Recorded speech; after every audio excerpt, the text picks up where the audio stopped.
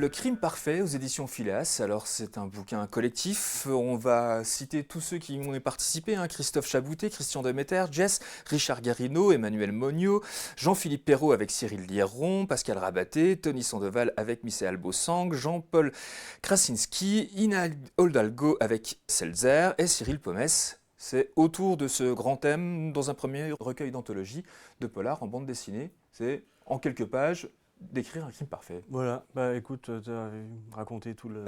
Hein, Bah oui, mais... J'ai pas grand-chose de plus à dire, à part que bah, voilà, ce sont 15 auteurs qui Oui. s'approprient, on va dire 8-10 pages, cette idée du crime parfait.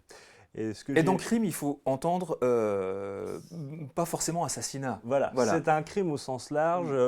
Ça peut être la mort de l'art, par exemple. Donc moi, ce que j'ai aimé, c'est cette variété de regard, de ton, sur un genre un peu éculé qu'est le polar. Enfin, éculé, pas vraiment. Non. Et justement, on a la preuve avec ce genre de livre. C'est des visions vraiment très personnelles. Jess reprend un univers début du XXe siècle qu'on a vu dans Les Contes de la Pieuvre, avec une prostituée qui va assassiner son souteneur. Oui. Tout en ayant l'air de ne pas y toucher. Oui. Ça va être Sandoval qui s'approprie quelque chose de beaucoup plus onirique dans ses univers habituels.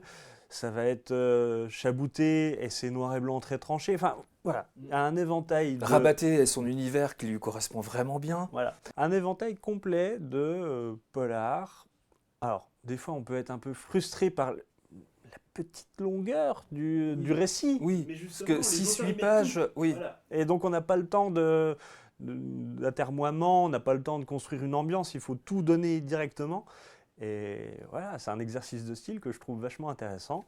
Une bonne idée de la part des éditions Phileas d'avoir fait ce récit collectif, en fait, hein, d'avoir sorti ce bouquin. Ce sont des récits qui n'ont rien à voir les uns avec les autres. Hein. Et ce que j'ai aimé aussi, c'est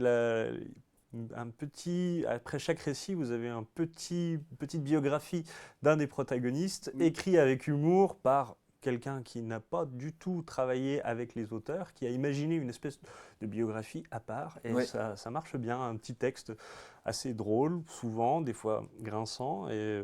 Pour conclure cette chronique, j'ai envie de te lire une petite citation de Thomas Narzéjac. « Le crime parfait est le triomphe de la préméditation. Le criminel doit non seulement camoufler son crime s'il le peut, mais même prévoir toutes les circonstances qui entourent ce crime de manière à ne laisser aucune trace, de façon à ce que son crime se déroule en quelque sorte automatiquement. » Et c'est ces auteurs qui ont voulu essayer de montrer ça. C'est un peu ça. Donc Le crime parfait aux éditions Phileas, c'est un récit collectif.